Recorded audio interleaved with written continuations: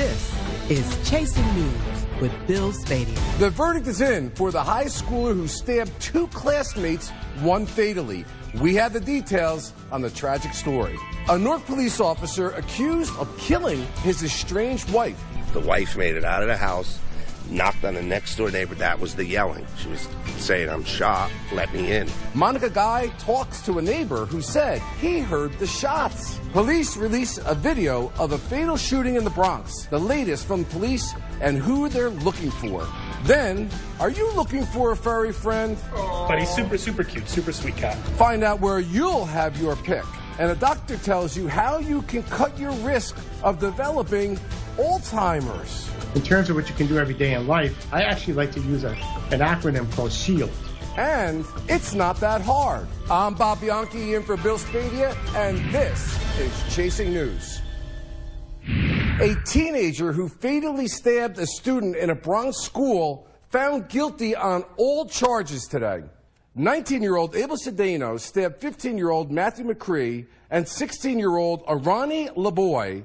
After McCree punched him, Spadea blames years of bullying because of his sexuality. McCree died from his injuries, and LeBoy was severely injured. Spadea is set to be sentenced in September. A Newark police officer goes on a shooting spree, allegedly killing his estranged wife and wounding her boyfriend. Our own Monica Guy is at the scene. Bob, Newark Police Lieutenant John Formasano allegedly entered the home he once shared with his soon-to-be ex-wife and opened fire, hitting her and her boyfriend. We had heard the pop, pop, pop, pop. Gunshots rang out at One Mirror Place around 11:20 Sunday night. Christy Solero made it out of the house and tried to get help from neighbors.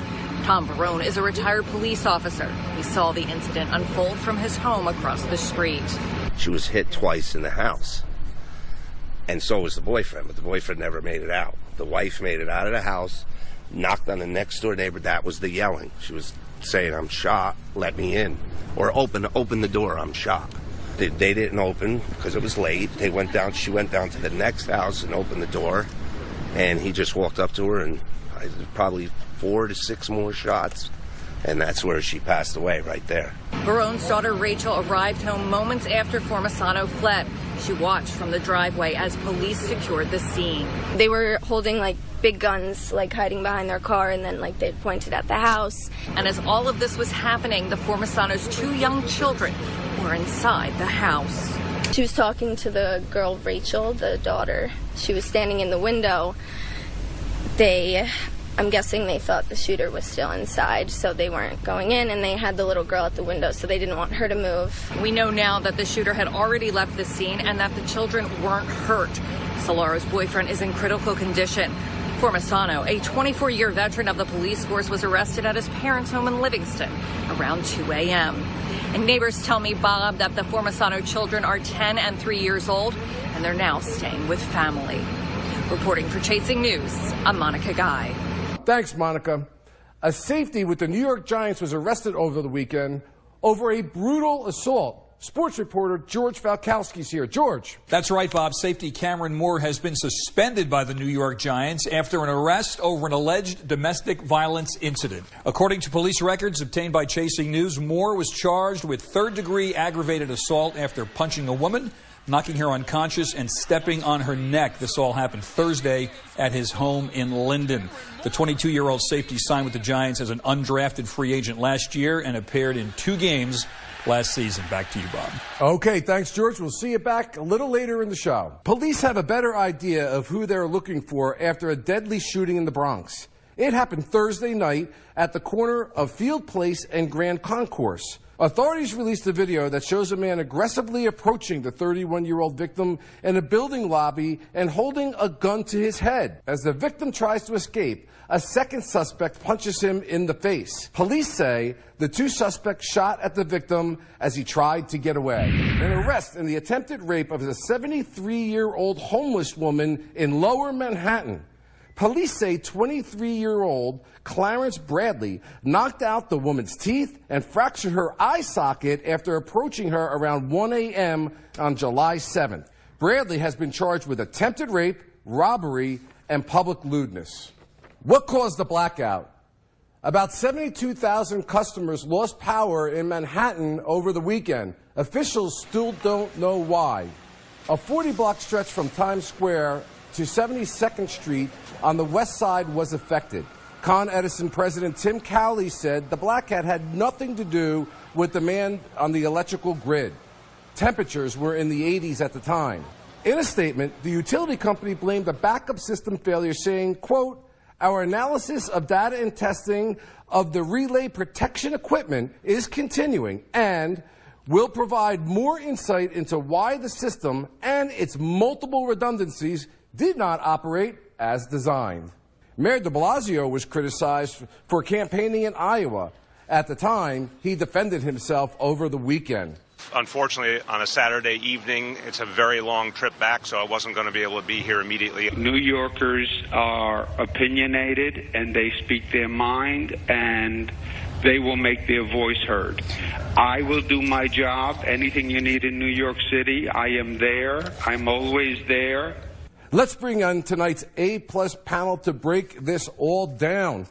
Alison Young, Republican strategist, and Garland Nixon, radio talk show host. Hi there. So let me start with you, Alison. Sure. Let's go with the de Blasio piece. He's in Iowa on taxpayer-funded money, may I add, and this calamity breaks out. And there was a furor over why is the chief executive of New York City not in the city as opposed to campaigning for his own personal aggrandizement. That's how the argument goes. Is that a fair critique? I think it's absolutely fair. You know, we seem to be talking about this all the time now since the campaign has really gotten in full swing. Where is Bill de Blasio? He seems to not be in New York when things are happening.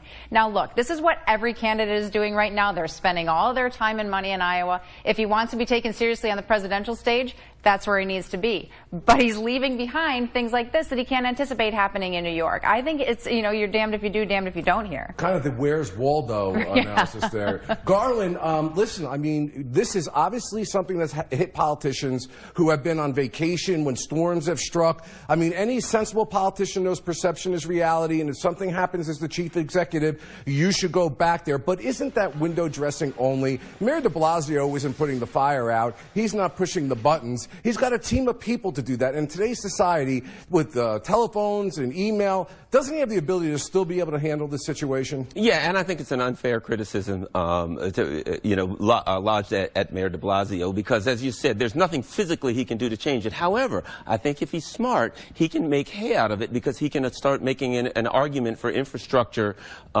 spending as part of his platform, and he can take it and move in that direction to get something positive out of it. All right, great discussion, guys. We're going to have to leave it there.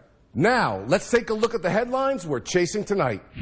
Black Lives Matter demonstrators protesting outside the Department of Justice Monday, demanding justice for the death of 43-year-old Eric Garner as the 5-year anniversary of Garner's death approaches Wednesday. Also the day the statute of limitations for any new charges expires. Garner died in 2014 after NYPD officers arrested him for selling loose cigarettes. One officer, Daniel Pantaleo, was caught on camera grabbing Garner around the neck and putting him in a chokehold. Video of the altercation showed Garner shouting, "I can't breathe," repeatedly after being brought to the ground. He lost consciousness and was pronounced dead a short time later. It's Prime Day, and millions of shoppers are pouring over Amazon as the online retail giant busts out special sales. Prime Day, actually, 2 days, Monday and Tuesday, is like Black Friday, when customers can find significant deals on top brands and spur of the moment lightning deals. There are big discounts on Amazon devices like Echo, Echo.Kids Edition, Kindle, Fire TV Stick. Other deals include Samsung 65-inch TVs, Chromebooks, and Sony LED smart TVs. Prime sales end at 3 a.m. Eastern Time Wednesday. The event is expected to generate more than $6 billion in revenue. And that's a look at the headlines we're chasing tonight. A Jersey Shore pizza parlor is using pizza boxes to find a missing seeing eye dog. Angelo's Pizzeria is attaching flyers to the pizza boxes featuring a photo of the missing dog named Andrea. We had a whole wall of boxes that we send out and have customers pick up on a daily basis. And I said, well, why can't we do what was done years ago with missing persons on milk cartons, but just do it on a pizza box? The 14-year-old female German Shepherd disappeared on June 24th after pushing through a door with a broken latch in Wantage. Seeing Eye is also offering a $5,000 reward for anybody who finds the dog. John said anyone who's missing a pet may bring a flyer to the shop for inclusion on the pizza boxes. New York City's animal care centers are running out of space and desperately need people to adopt a cat, dog, or rabbit. Nate Rogers shows us some of the animals looking for a home. Bob, New York City animal care center leaders say a recent uptick in homeless pets is a problem seen nationwide. Now, Bob, I'll be honest, I'm allergic to cats, but this fella right here may be worth all of the sneezing and itching in the world. He shares my middle name, Everett. Everett is full of energy and is ideal for a family with small kids that love to play. For Everett, he remains super playful, and so, he does need an adopter that's really looking for a playful cat, and that can really manage, I guess, his energy levels. New York City's animal care center's population is currently higher than usual. They're taking in up to 100 animals every day. Staffers say the summer months usually bring in more animals because of pet owners' financial strain, issues with housing, or simply because it's mating season. Over the weekend, as hard as we work placing 234 animals, we took in 119 over the weekend as well. So, it continues a little bit, but we're, doing everything we can to really inspire the community to come adopt a pet. The shelter here in East Harlem currently has about 130 cats of all sizes. If you're looking for a dog, they've got many to choose from. Check out 4-year-old Chex, who's mild-mannered yet very protective. And if a dog or cat isn't your choice, they've also got about 15 rabbits on hand to keep you amused. We're very fortunate, though, where we are able to work with our clients, and if there are resources we can offer our clients to help them keep their pets, we're more than happy and willing to do that. Now, the city has invested capital dollars to assist with the overcrowding, one in the Bronx, one in Queens. The adoption fees for cats, rabbits, and dogs are anywhere from $25 to $250. More information is on my Twitter page at Nate Wants to Know. In New York, I'm Nate Rogers for Chasing News. Thanks, Nate. Coming up in just 90 seconds, find out why Grubhub has some New York City restaurant owners up in arms. Plus, a doctor tells you how you can cut your risk of developing Alzheimer's. And it's not that hard. I'm meteorologist Dan Zarrow. Today was easily the nicest weather day of the week. Now we have to talk about humidity and thunderstorms and big-time heat set to return. We'll put some numbers on this very summerish forecast coming up. You're watching Chasing News with Bill Spadea. Welcome back. I'm Bob Bianchi in for Bill. Coming up in just a moment, should actors be allowed to play any role? Scarlett Johansson said yes, but that wasn't the end of it. Plus, an easy way to remember a doctor's tips for preventing Alzheimer's. But first, several New York City restaurants are fighting against the delivery giant Grubhub. Restaurant owners are complaining about fees they say are fake and have nothing to do with food orders. Several owners reportedly say that they've been getting charged anywhere from $4 to $9 for customer calls that are not orders. The New York State Restaurant Association said, quote, the owners don't have time to go through transactions personally. For mom and pop restaurants, that can barely make rent. They should not be taken advantage of. They should stop phone orders first until they fix the problem. Grubhub responded by saying, quote, not only are phone orders addressed in our restaurant contracts, but we give restaurants full disclosure into these orders in their monthly statements with a separate, dedicated line item. Are you afraid that you or a loved one will get Alzheimer's? Well, a new study published by the Journal of the American Medical Association says a healthy lifestyle can cut your risk of developing the disease and other forms of dementia. Regardless of how much genetic risk someone had of getting Alzheimer's, the study says a good diet, adequate exercise, and limiting alcohol use make dementia less likely. Joining us right now on Chasing News is Dr. Rudy Tanzi. He's an Alzheimer's expert. And welcome to the show, Doc. Thank you. Glad to be here. Hey, listen, I got to ask you, I was fascinated. I'm so glad you're on this show. Tell us, this new study comes out and says there are 5 lifestyle changes that can actually prevent Alzheimer's. Is this real, Doc? Could this possibly be true? Well, you know, there are no guarantees that any lifestyle change will prevent Alzheimer's. You just do your best to reduce your risk, and it's worth doing that because, you know, in my lab, we discovered the first genes that cause Alzheimer's and many of the Alzheimer's genes. And the good news is that for most of those genes, they don't guarantee the disease. Your lifestyle does matter. Well, Doc, what are these things that you could do, these 5 things or a couple of things that we could tell our audience to try to help prevent this tragedy, this horrible, sickening disease from happening to them? In terms of what you can do every day in life, I actually like to use an acronym called SHIELD. And SHIELD, S stands for sleep. Try to get 7 to 8 hours. This is great for your brain. H is handle stress. Try not to get too stressed out. Meditate if you can. I is interaction. Stay integrated with people. Don't, loneliness is a risk factor for Alzheimer's and other diseases. E is exercise, at least an hour a day. Get a brisk walk or some exercise. L is what's going on right now. Learn new things. And D is diet. So the Mediterranean diet is the best. Well, Dr. Rudy Tanzi, thank you so much, an Alzheimer's expert, and it appears to me that by doing the things you say in SHIELD can help you with a whole plethora of health issues, including Alzheimer's. Thanks, Doc. You're very welcome. Thank you.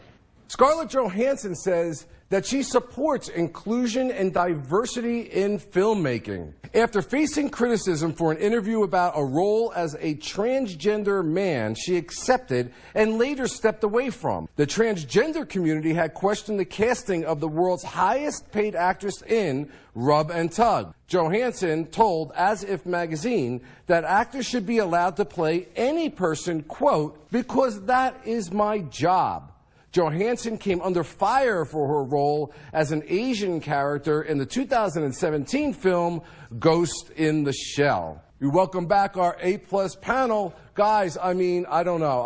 Garland, let me go to you first. Is this just political correctness gone awry? And my next question is, if we are going to be agitated by this, are we now saying that homosexual individuals and actors can no longer play heterosexual roles? Where does this end? Well, I understand there's not a lot of positions open for, acting positions open for transgendered people. I understand that. But I do not blame Scarlett Johansson. If they offered me an acting job playing Alison, if it's paying, I'm taking it. I blame the people who chose her. Garland, first of all, I agree with you completely, although I don't think you're going to get the role. Darn. Alison, really, to Garland's point, politically, I want to ask you this question. You're a Republican strategist. For those who are trying to advocate for the rights of those folks, right, those who are trying to advocate for issues of social justice, does this not make it worse for them? Because people turn around and say, you know what, enough is enough. This is too much, and makes them just turn away. I actually agree with you on this one, Bob. You know, one of the challenges that we're facing now is no matter what you or I or Garland does today or says on this show, someone will be offended by. None of us intend to do that, and I'm sure in this case Scarlett Johansson wasn't intending to offend someone by accepting a role that she found artistically challenging. We are in this space now where everyone is a victim of everything that everyone else does, and it is this political correctness run amok. I just don't know where it ends. Yeah, Garland, to that point, I mean, I'm big in the criminal justice system. I was a former head county prosecutor, and I used to get very upset when people were throwing terms of racism around very, very loosely, because what I said is it shuts people down where there could otherwise be positive ways to go about rectifying social injustice issues. Again, I think that this puts a nick in that because we are becoming too politically correct and overly sensitive. Thoughts? I think that the sentiment is correct, but I think their ire is simply aimed at the wrong people. She did not make the decision as to who gets offered that job, and I don't blame her for taking it. Their ire should be at the people who are choosing. I mean, this is a Hollywood issue. Maybe the people in Hollywood who are giving out the parts aren't being respectful to various groups. We got to leave it there, guys. You know what? I would have liked to have seen her in that role because I bet she would have done a great job. Thank you. And now we bring in meteorologist Dan Zarrow. Dan, it was a great day today. What's it like for us for the rest of the week? Bob, there are two very important considerations for this week's weather forecast. Number one is the track of the remnants of Hurricane Barry. Still a lot of moisture locked up in that storm system. Second is a major heat ridge that's going to take over the East Coast by the end of the week. Temperatures are going to soar, some of the hottest air of the season on the way. Let's talk about tomorrow. Not a bad summer day. We do have air quality alerts posted, so those sensitive groups, the very old, the very young, and those with breathing difficulties, you want to spend as much time in air conditioning as possible. 71 in the morning, 89 degrees for a high tomorrow. It's going to feel a bit more humid, a bit more sticky in the afternoon, and we will see a chance for some showers tomorrow evening, maybe even a thunderstorm. I'm not totally convinced, though, that those raindrops are going to make it all the way through the area west to east, so just something to watch for in the western sky as the sun sets tomorrow.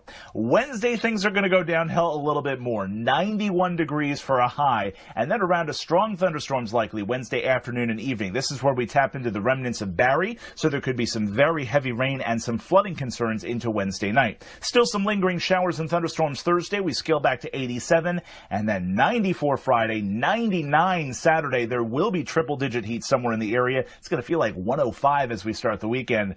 That's some big-time heat and humidity as we move into the weekend. I'm meteorologist Dan Zero.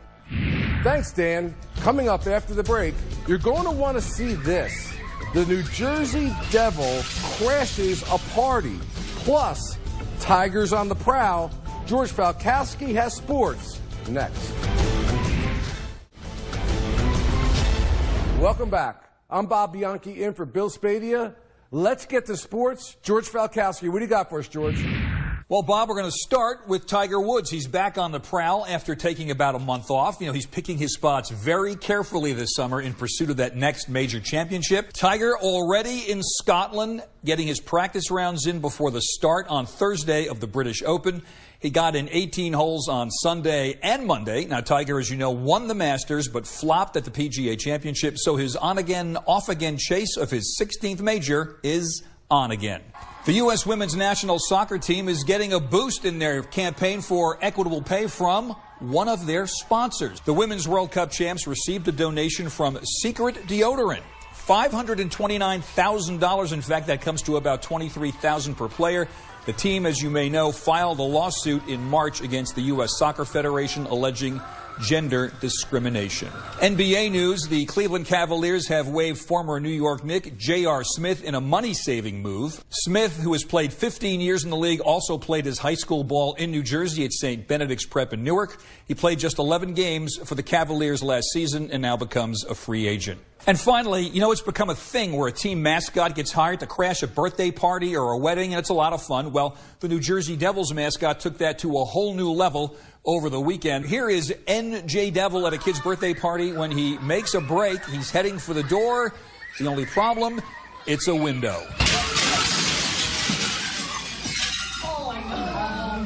Happy to report, Bob, that no mascots or kids were injured in that little incident. The glass was cleaned up and the party continued without further delay. Back to you.